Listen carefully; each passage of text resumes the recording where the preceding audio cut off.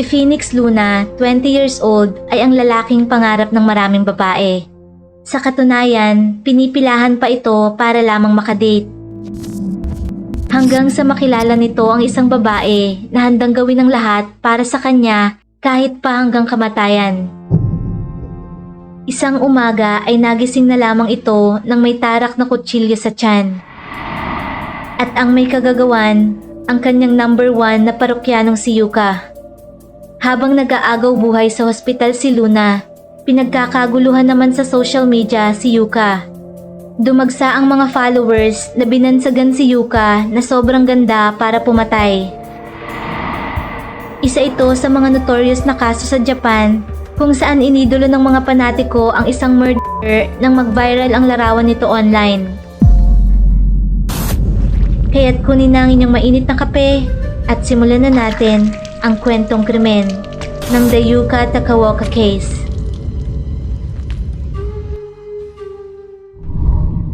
Isinilang si Luna sa Tochigi Prefecture, isang rural area, 100 km north ang layo mula sa Tokyo. Lumaki ito kasama ng kanyang mga magulang at 7 pang mga kapatid. Hindi naging madali ang buhay para sa pamilya nito. Naghiwalay ang kanyang mga magulang at nagdesisyong dalhin sa ampunan ang lahat ng kanilang anak. Hanggang sa magkawatak-watak ang mga ito. 6 na taon lamang noon si Luna at yon ang huling pagkakataon na makita nito ang kanyang ama't ina pati na rin ang kanyang mga kapatid. Pagtungtong ng 15 years old, pagkatapos ng junior high school, nagpasya si Luna na lisanin ng institusyon. Upang mabuhay, nagtrabaho ito ng ilang taon sa construction. Mula sa kanyang bagong mundo, nahirapan nitong harapin ang buhay dahil na rin sa pagiging iba nito sa kanyang kinalakhan. Noong una ay naging hamon para sa kanya ang mabuhay ng normal at makisalumuha sa ibang tao.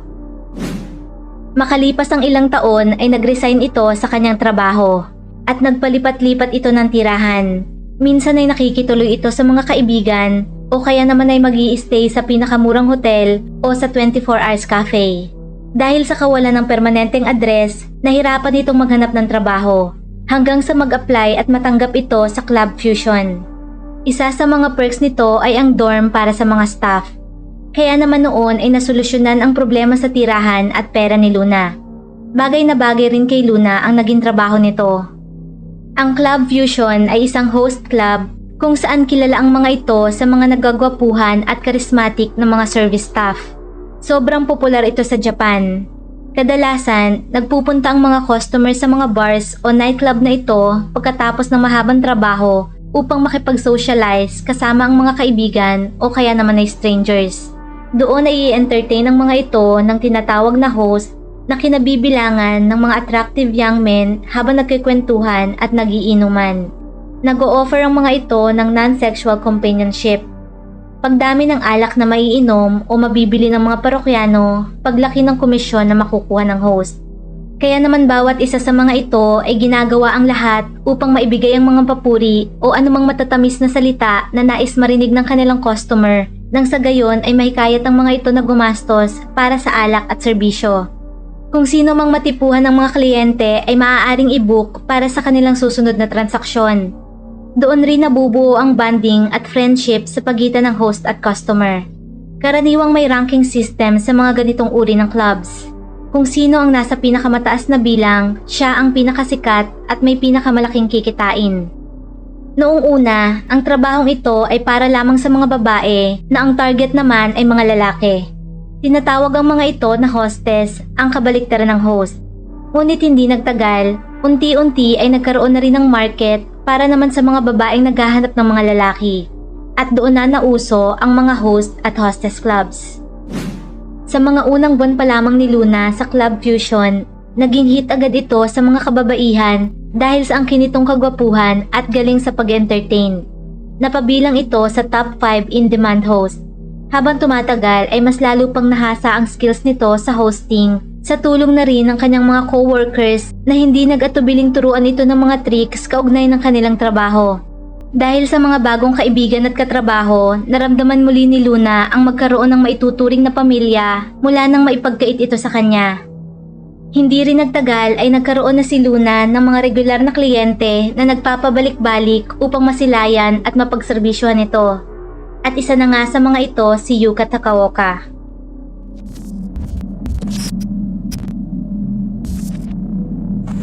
Si Yuka Takaoka ay isang half Chinese, half Japanese na isinilang sa China noong 1998. 2 taong gulang ito nang manirahan sa Shinjuku, Japan. Nag-aral ito ng nursing subalit nag-drop out rin sa edad na 19. October 2018 na magtrabaho ito bilang manager sa isang hostess bar na Tokimeki Binbin. Unang nagtagpo si Yuka na noon ay 21 years old at si Luna 20 years old noong October 2018. Na love at first sight agad ito sa binata. Mula noon ay parati na itong bumibisita sa Club Fusion upang makakwentuhan at makainuman ang kanyang nag-iisang type na host na si Luna. Para rito, si Yuka ay isang nice, sweet, and kind type of girl na hindi mahirap pakisamahan. Isa pa ay iisa lamang ang kanilang linya ng trabaho. Pareho rin ang kanilang mga hilig, gaya ng anime at cosplay. Kaya naman kahit pa binabayaran ni Yuka ang oras at serbisyo ni Luna, hindi niya ito ramdam bilang trabaho dahil na rin sa gaan ng loob ng mga ito sa isa't isa. Hanggang sa nagsimula na rin magkita ang dalawa sa labas ng club pagkatapos ng schedule ni Luna. Kahit ipinagbabawal, nagpatuloy pa rin ang mga ito sa kanilang mga pagtatagpo. Nagpupunta sila sa mga cat cafe, nanonood ng sine o kaya naman ay mga anime. Hindi naman tiyak kung bayad rin ang serbisyo ni Luna sa labas, gayunpaman, ine-enjoy ng bawat isa ang mga moments na sila'y magkasama. Inirerespeto at pinakikisamahan ng maayos ni Luna si Yuka. 8 buwan mula nang maging magkaibigan, nagsimulang maging possessive si Yuka kay Luna.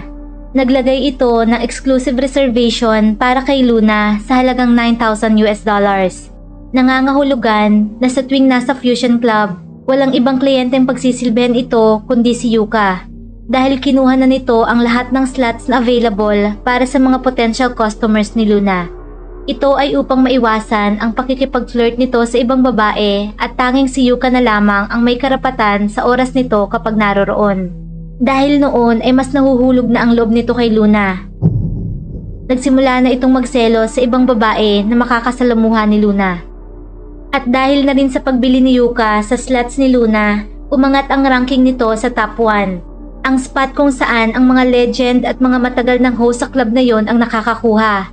Kaya naman laking pasasalamat rin ni Luna kay Yuka dahil kahit wala pang 1 taon sa bar, nagawa nitong maagaw ang number 1 spot. Mula noon ay mas naging in-demand palalo si Luna. Nakapag-charge na rin ito ng mas malaking halaga kumpara sa dati nitong rate per hour. Noon ay mas lalo ring napalapit sa isa't isa ang dalawa. Halos araw-araw ay nagkikita ang mga ito sa loob man o sa labas ng club. Kahit walang label, noon ay pakiramdam ni Yuka na boyfriend nito si Luna. Kahit pa ang katotohanan ay binabayaran niya ito, kaya naman ginagawa lamang nito ng maayos ang kanyang tungkulin bilang host. Tumindi ang selos at pagkabalisa ni Yuka kahit pabatid na nito nung una pa lamang ang uri ng trabahong ginagampanan ni Luna, lalo pat pareho naman sila ng ginagawa. Nagsimula itong mag-check ng cellphone ni Luna sa tuwing magkasama. Iniisa-isa nito ang text at pictures upang malaman kung may contact ito sa ibang babae. Dumating rin sa puntong inalok ni Yuka si Luna na mag-resign na sa kanyang trabaho dahil hindi na nito makayanan ang ideya na may ibang babaeng nakakasama ang kanyang itinuturing na boyfriend. Habang tumatagal, lumalala ang obsession nito kay Luna. Sa likod ng sweet at inosente nitong anyo, nakatago ang madilim nitong pagnanasa. Kapag kaharap si Luna, masaya at kalmado ang isip ni Yuka. Kampante ito na walang ginagawa si Luna dahil kita niya ang bawat kilos nito. Ngunit sa oras na maghiwalay ang kanilang landas at magkalayo, doon na naglalaro ang utak nito sa mga bagay na hindi na niya makontrol. Labis na ang galit at pagkabahala nito kapag hindi na na-monitor ang mga galaw ni Luna. Bagay na lingid sa kalaman nito, dahil ang tanging kilala ni Luna ay ang good girl na si Yuka. Ngunit pagkatalikod ay lumalabas pala ang ikalawang persona nito. May 23, 2019, ang ika-9 na buwan mula nang magkakilala ang dalawa. Noon ay inimbitahan ni Yuka si Luna sa kanyang apartment upang magpatulong sa isang DIY project. Hindi naman ito tumanggi at nagsabing pupunta ito pagkatapos ng kanyang trabaho. 3:00 na ng hapon nang makarating ito sa apartment ni Yuka matapos ang kanyang morning shift. Noon ay sobrang pagod na nito mula sa maghapong pag-host, kaya naman nakiusap na ito kung maaari ay magpahinga na muna. Ngunit bago yon ay naligo muna ito upang mapreskuhan. Pagkatapos ay nagbihis na ito at nahiga sa kama upang umidlip saglit. Pero napasarap na ang tulog nito kaya hindi na rin ito inabala pa ni Yuka. Hanggang sa magising ito nang makaramdam ng tila kung anong matulis na bagay sa kanyang tiyan. Pagdilat ng mga mata nito, umiikot na ang kanyang paningin at hindi mawari kung anong nangyayari. Saka nito nakita si Yuka sa kanyang ibabaw at pagtingin sa paligid, puno na ng pulang mantsa ang puting bedsheet. At saka nito napagtanto ang isang kutsilyo na nakatarak pa sa kanyang tiyan. Lumalabas na habang mahimbing na natutulog, kinuha ni Yuka ang cellphone ni Luna upang mag-check. At doon ay nakita nito ang picture ni Luna kasama ang kanyang kliyente. Bago ito ay nakakaramdam na si Yuka ng tila pagdistansya ni Luna sa kanya, ilang araw na ang nakakaraan. Mula sa labis na selos at matinding emosyon, doon na nito sinaksak ang walang kalaban-labang si Luna. Maingat itong sumampa sa ibabaw ni Luna habang payapa itong natutulog at saka ito isang beses na sinaksak gamit ang kitchen knife. Agad naman itong nagising mula sa saksak bagamat hindi agad nito napagtanto ang kaganapan. Nang maalimpungatan, narealize nito na pinagtangkaan siyang patayin ni Yuka. Upang mapigilan ang posibleng sunod na pag-atake, nagsisigaw ito na mahal niya si Yuka at siya lamang ang taong gusto nitong makasama. Noon ay batid nito na selos ang maaaring motibo ni Yuka upang manaksak. Kaya naman para iligtas ang sarili, binigkas nito ang mga salitang gustong marinig ni Yuka. Sa pag-asang mahihinto ang atak dahil sigurado ito na isa pang saksak ay hindi na ito makakasurvive. At nang tumigil nga si Yuka, doon na niya ito itinulak sa sahig. Nakatayo ito nang nakatusok pa ang kutsilyo sa tiyan. Nang bigla na lamang itong hinugot ni Yuka. Doon na tumagas ang mas maraming dugo. Sa kabila ng sakit, takot at dami ng dugong nawala, nagawa ni Lunang makatakbo palabas at makasakay ng elevator. Nang makarating sa lobby, umaasa itong may makakita sa kanya at makahingi ng agarang tulong. Subalit bago pa man ito mangyari, tuluyan nang nawala ng malay si Luna. Umabot ito sa floor na malapit sa entrance ng building. Habang si Yuka naman ay nagawa pa ring makahabol. Nang makita nito si Luna na nakabulagta na sa sahig, nakakagulat ang mga sunod nitong ginawa. Hindi nito ginalaw o sinubukan pang muling saktan si Luna. Umupo lamang ito sa tabi nito, sabay kuha ng sigarilyo at saka kalmado nagyosi. Sa isang kamay ay hawak nito ang kanyang cellphone, kausap ang kaibigan sa kabilang linya. Habang nasa gilid lamang nito ang kanyang half-naked na biktima na naliligo sa sariling dugo. Kahit si Yuka ay puno rin ng dugo ang buong katawan ng panahong yon. Sa kabutihang palad, wala pang ilang minuto ay mayroon nang nakakita sa dalawa at mabilis na nakatawag ng emergency service. Walang sino man sa mga naroroon ang nagtangkang lumapit sa mga ito sa takot sa anumang pwedeng mangyari at naghintay na lamang sa pagdating ng mga pulis. Sa unang tingin ay hindi agad mawari ng mga ito kung ano ang naganap. Bagamat agad ring napagtanto mula sa kalmadong aura ni Yuka na hindi ito ang biktima. Natagpuan rin ang isang liham na isinulat gamit ang dugo na naglalaman ng paulit-ulit na mga salitang I love you. Dahang-dahang nilapitan ng mga pulis ang dalawa. Noon ay walang nakakaalam kung ano ang nasa isip ni Yuka kaya naman maingat ang kanilang bawat kilos. Nang malapitan na ang mga ito, malumanay na sinabi ni Yuka na hindi ito armado. Mapayapa itong sumama sa mga pulis. Isinakay nila ito sa likod ng police car at sa kuhang larawan ay makikitang nakangiti ito. Habang si Luna naman ay agarang isinugod sa ospital. Habang nasa presinto, doon ay inihayag ni Yuka ang lahat. Inamin nito ang tangkang pagpatay kay Luna. Ngunit ayon rito, ang kanyang plano ay isang murder-suicide. Nakaupo umano ito sa tabi ng naghihingalong si Luna dahil hinihintay niya itong malagutan ng hininga at saka nito kikitilin ng sarili. Para kay Yuka, kung hindi rin lamang mapupunta sa kanya si Luna, mas maigi pang mamatay na silang magkasama. Nang sa gayon ay walang sino man ang pwedeng mamagitan sa kanilang dalawa. Labis umano ang pagmamahal nito kay Luna sa puntong wala nang ibang makakapaghiwalay sa kanila. Dadali nila hanggang kamatayan ang kanilang pagmamahalan. Samantala, habang si Luna ay nasa emergency room, napag-alaman na malala ang tama ng kutsilyo sa liver nito.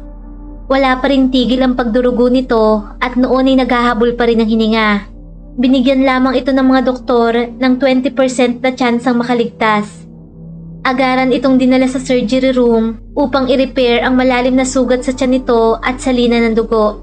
5 araw itong nakomatos at ang lahat ay naghihintay ng himala para makasurvive ito. At di kalaunan ay nagising na nga ito mula sa ilang araw na pagkakahimbing.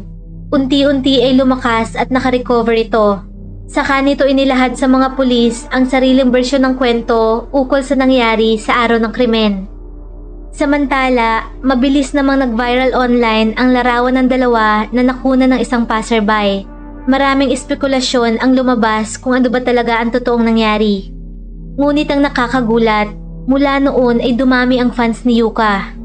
Sa kabila ng mga taong nagpahayag ng pagkasuklam sa karumaldumal na ginawa ni Yuka, marami rin ang humanga sa kagandahan nito at binansagan pa itong too beautiful to kill. Dumagsa ang mga ito sa TikTok at Instagram ni Yuka upang mag-iwan ng mga positibong reaksyon sa mga cosplay photos nito. Marami ring followers ang gumawa ng fan art mula sa madugong larawan ni Yuka at Luna. Nakakabahala ang pagsulpot ng mga taong nagpakita ng pag-idolo kay Yuka. Ilan sa mga komento mula sa mga lalaki ang nagnanais na saksakin rin sila ni Yuka. Ayon pa sa statement ng iba, quote-unquote, I could fix her. Dahil dito, tinagurian si Yuka bilang real-life yandere, isang character sa anime o manga. Ang yandere ay hango sa salitang yanderu na ibig sabihin ay to be sick at dere-dere na nangangahulugan ng love struck, kung saan isang pretty, sweet at gentle girl ang main character ng kwento. Ngunit sa likod ng kakit-akit na imahe nito ay isang obsessive, possessive at violent na babae na handang gawin ng lahat para sa kanyang minamahal kahit pa ang kamatayan. Eksaktong-eksakto sa ginawa ni Yuka sa ngalan ng pag-ibig nito kay Luna. Kaya naman nang lumabas ang picture at ang kwento sa likod nito, hindi na iwasang ikumpara ng mga yandere fanatic ang eksena sa kanilang paboritong manga. Tila itinuring nila itong fiction at kinalimutang mga totoong tao ang sangkot sa true crime na ito. Habang naroon naman sa ospital ang biktima nitong si Luna at nagpapagaling sa malubha nitong sinapit sa kanilang iniidolong yandere. Nag-set up rin ng mga ito ng GoFundMe para sa mga legal fees ni Yuka. Umabot sa halos $4,000 ang donasyong nakuha nito bago pa man ma-shutdown ang page na ito. Sa mga sumunod na buwan, patuloy ang pagpapagaling ni Luna. Parati itong nasa hospital o kaya naman ay naka-bed rest. Bukod sa pisikal na sugat at sakit, dumanas rin ito ng matinding anxiety, mental trauma at nightmares. Nag-request pa ito ng kwarto sa ospital na walang bintana dahil sa panaginip na dadaan roon si Yuka upang saksakin siyang muli. Makalipas ang 3 buwan, nakabalik itong muli sa trabaho. Pero sa kasamaang palad, nawasak ang liver nito at noon ay pinagbawalan ng uminom ng alak. Ayon sa isang post nito sa Twitter noong July 2019, I'm alive and back. Bilang malaking parte ng kanyang trabaho, naging hamon ito para kay Luna. Ngunit maswerte ito dahil nakapasok ito sa isang club na tanggap ang kanyang sitwasyon. Nang makasurvive sa attempted murder, ilang mga oportunidad naman ang nagbukas para kay Luna. Sa pagbabalik nito ay muli itong naging top 1 sa ranking ng mga host. Mula rin nang mag-viral ang kanyang kwento, isa pa sa naging positibong nangyari sa buhay nito ay nang ma-reconnect ito sa iba nitong mga kapatid na 15 years na nitong hindi nakikita. Luna ang stage name nito na ginagamit sa club upang itago ang kanyang totoong identity. Bagamat mula nang makaligtas sa kamatayan, pinalitan niya na ito ng Phoenix, isang simbolo ng bagong simula at pagbangon sa trahedyang dinanas nito. Samantala, pinag-usapan naman ng legal teams ni Yuna at Phoenix ang tungkol sa financial compensation na makukuha mula sa nangyari. Nagkasundo ang mga ito ng halagang 5 million yen o 28,000 US dollars. Labis naman ang pagsisisi ni Yuka sa ginawa at humingi ng kapatawaran kay Luna. Bagay na maluwag sa kalooban na tinanggap nito.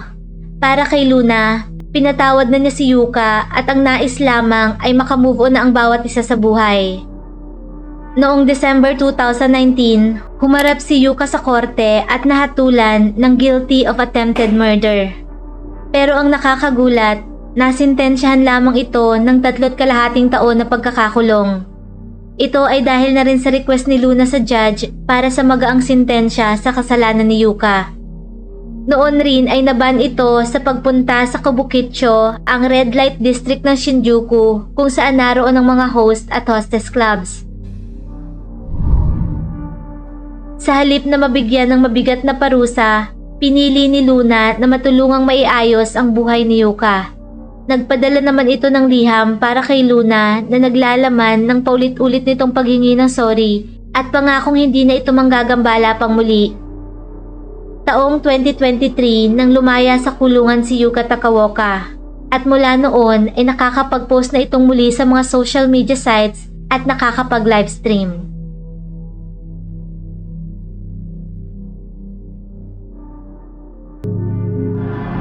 Kung nagustuhan mo ang ating kwentong krimen, huwag kalimutang mag-like, subscribe, at comment sa kung ano ang iyong opinyon tungkol rito. At laging tatandaan, mahalaga ang buhay, huwag kang papatay. Maraming salamat po sa panonood at hanggang sa muli.